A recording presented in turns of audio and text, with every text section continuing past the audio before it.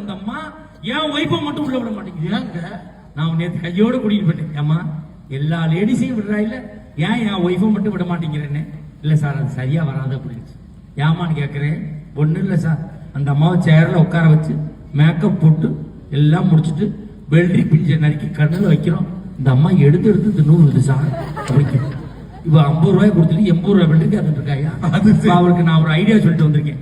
இனிமே வெள்ளரிக்காயை வெட்டி வைக்கும் போது அப்படியே வைக்காத, மிளகா பொடியை தூக்கி கிளீனா இருக்கும் சொல்லிட்டு வந்திருக்கேன். நடுவர் அவர்களை நீங்க பியூட்டி பார்லர் சொன்ன காலத்து எனக்கு ஒரு நினைப்பு வந்து என்ன வந்தது? நம்மளோட கொண்டாட்டி என்னன்னா மாமா மூஞ்சி பூரா பிம்பிள்ஸா வந்துருச்சு என்ன மட்டும்தான். நான் சொன்னேன் 15-16 வயசுல வந்தா தாண்டி அதுக்கு பேர் பிம்பிள்ஸ், 40-45 வயசுல வந்து அதுக்கு பேர் வங்கு வரக்கு ஆவாரம் பட்டையும் அரளி கொட்டையும் தேய்ச்சி குளின்னு சொன்னேன். அவ சொன்னா அதெல்லாம் ஆகாது, ஒழுக்கம் மரியாதையா 4500 ரூபாய் பணம் கொடு, நம்ம பட்டர் பேசியல் பண்ணிட்டு வரேன். என்னடி பட்டர் பேசியல் கேட்ட உங்களுக்கு என்னன்னு தெரியுமா? பட்டர் பேசியல் எனக்கு தெரியாது. எனக்கும் தெரியல. பால் கறந்து வியாபாரம் பண்றேன். பட்டர் பேசியல் பத்தி என்ன தெரியும்? ஈரோடு சந்தையில கருங்கல் பாலத்துல கூட்டிட்டு போய் இந்த மாடு என்ன வேலைக்கு போகணும்னு சொல்ல தெரியும். மாடு பால் எப்படி கறக்கணும்னு சொல்ல தெரியும். சுழி சுத்தமா இருக்குதா, ஆட சொல்லியோ மாட சொல்லியோ அடிமேல் அடையா கொடமேல் கொடையான்னு கேட்டு சொல்ல தெரியும். அது என்னடா பட்டர் பேசியல் கேட்டா, இந்த பாலாடை இருக்குல்ல, பாலாடை அந்த பாலாடை எடுத்து இந்த பண்ணாடை மூஞ்சி ஒட்டி செத்த பணத்தை போஸ்ட்மார்ட்டம் பண்ற மாதிரி படி படிக்க வச்சிருக்கான்.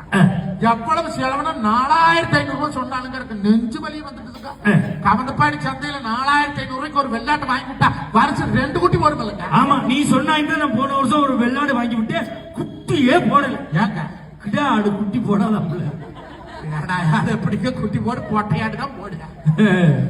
4500 ரூபாய் செலவழி இன்னொரு புருஷனா கட்ட போறேன். நான் கேட்டேன் கல்யாணம் முடிச்சு 14 வருஷமா வச்சு பொழைக்கிறேன், ஜனத்துக்குள்ள மேக்கப் போடுறேன்.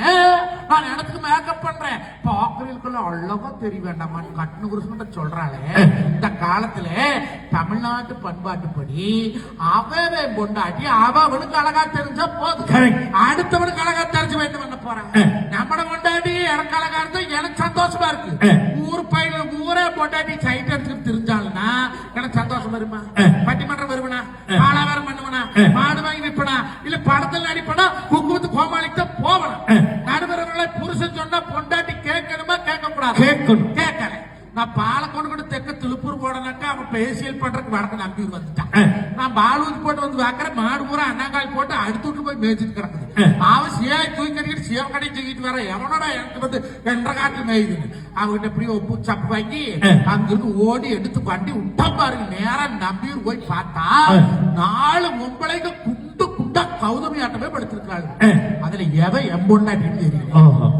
நம்ம முள்ள கிட்ட போய்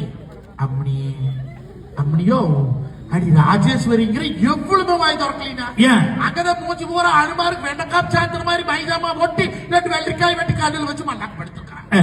நடுவர் அவர்களே, நாம அடையாளம் தெரியாத அடுத்த பொண்டாட்டி கையை பிடிச்சு இழுத்தா 4 பேர் என்னும் பிரபல பட்டிமன்ற பேச்சாளர் மஞ்சநாள் எப்படி அடுத்த பொண்டாட்டி கையை பிடிச்சு இழுத்து போட்டாங்க.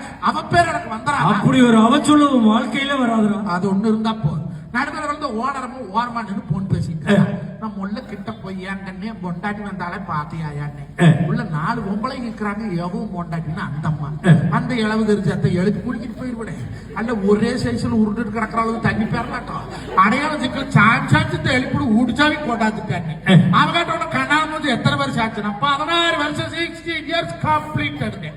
அவ சொன்னா கண்ணால் மூஞ்சி உங்களோட பொண்டாட்டி உங்கள்கிட்ட 16 வருஷமா பொழைக்கிற, நீ அடையாளம் தெரியலீங்கிற. அவன் மேக்கப் போட வந்து 15 நிமிஷம் தானே ஆச்சு, எனக்கு அப்படி தெரியும்னு அவங்க. நாங்க 2 பேசிட்டு இருந்தோமா, கதவு சைஸா திறந்து இருந்தது. இந்த நாய் ஒண்ணு இருக்குமே மூசு மூசு டாபர்மேன், அது மொன்னவாள் நாய்ங்க.